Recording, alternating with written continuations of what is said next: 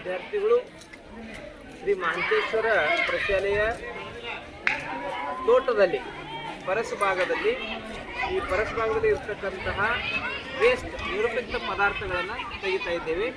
ಈ ನಿರುಪಯುಕ್ತ ಪದಾರ್ಥ ತೆಗೆದ್ರಿಂದ ಏನಾಗ್ತದೆ ಬಸ್ಸು? ಏನಾಗ್ತದ? ಭಾಗ ಅಂದ್ರೆ ತೋಟ ಸ್ವಚ್ಛ ಆಗ್ತದೆ. ಬರೋಬರದಿಲ್ಲ? ತೋಟ ಸ್ವಚ್ಛ ಆಗೋಣ ಏನಾಗ್ತದೆ?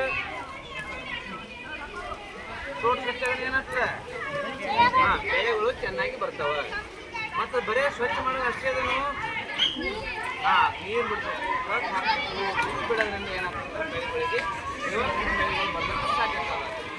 ಅದ್ರ ಸಲುವಾಗಿ ನಾವು ಭಾಳ ಏನು ಮಾಡ್ತೀವಪ್ಪ ಅಂತಂದ್ರೆ ಶ್ರೀ ಮಹಾಂತೇಶ್ವರ ಪ್ರಶಾಲೆ ವಿದ್ಯಾರ್ಥಿಗಳಿಂದ ಈ ತೋಟವನ್ನು, ಯಾವ ತೋಟದಿದು ಸಸ್ಯ ತರಕಾರಿ ತೋಟವನ್ನು ಏನು ಮಾಡ್ತೀವಿ ಅಂದರೆ ಸ್ವಚ್ಛಗೊಳಿಸ್ತೀವಿ. ಇದರಿಂದ ನಮಗೆ ಈ ಸ್ವಚ್ಛತಾ ಮಾನಿಟರ್ ಕಾರ್ಯಕ್ರಮವನ್ನು ಶ್ರೀ ಮಹಾಂತೇಶ್ವರ ಪ್ರಶಾಲೆಯಲ್ಲಿ ಹಮ್ಮಿಕೊಳ್ಳಲಾಗಿದೆ.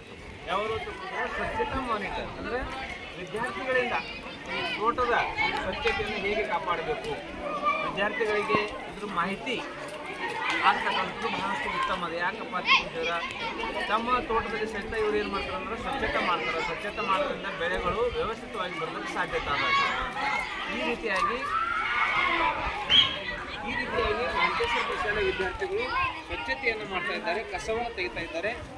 ಈ ಕಸದ ಕಳೆ ತೆಗೆಯುವುದರಿಂದ ಬೆಳೆಗಳು ಬಹಳಷ್ಟು ಸುಗಮವಾಗಿ ವ್ಯವಸ್ಥಿತವಾಗಿ ಬಂದು ತರಕಾರಿ ಏನದಪ್ಪ ಅಂತಂದರೆ ಒಂದು ಆಹಾರದೊಳಗೆ ಈ ತರಕಾರಿಯನ್ನು ಬಳಸೋದಕ್ಕೆ ಒಂದು ಉತ್ತಮ ಮಾರ್ಗ ಆಗ್ತದೆ, ದಾರಿ ಆಗ್ತದೆ ಅಂತಕ್ಕಂಥದ್ದು ಈ ಮೂಲಕ ನಾವು ತಿಳಿಸುತ್ತೇವೆ. ಇಲ್ಲಿ ಮಹಾಂತೇಶ್ವರ ಪ್ರಶಾಲೆಯ ಕ್ರೀಡಾಂಗಣದೊಳಗೆ ಒಂದು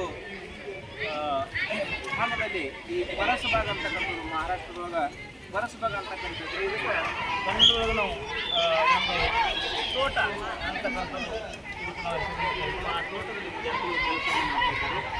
ಇದು ಸ್ವಚ್ಛತಾ ಮಾನಿಟರ್ಗಳ ಒಂದು ಉಪಕ್ರಮ ತಿಳ್ಕೊಂಡು ಹೇಳಕ್ಕೆ ಇಷ್ಟಪಡ್ತೀನಿ. ಧನ್ಯವಾದಗಳು.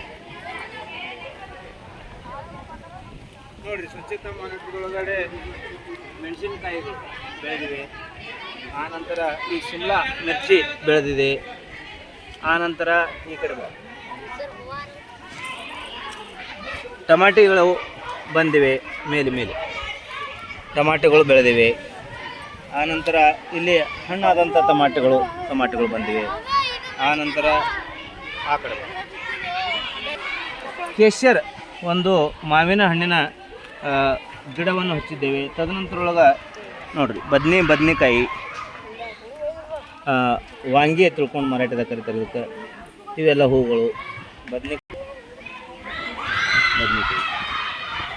ಈ ರೀತಿ ಒಳಗೆ ಮಹಾಂತೇಶ್ವರ ಪ್ರಶಾಲೆ ಒಳಗೆ ಒಂದು ತೋಟವನ್ನು ನಿರ್ಮಿಸಲಾಗಿದೆ. ಧನ್ಯವಾದ.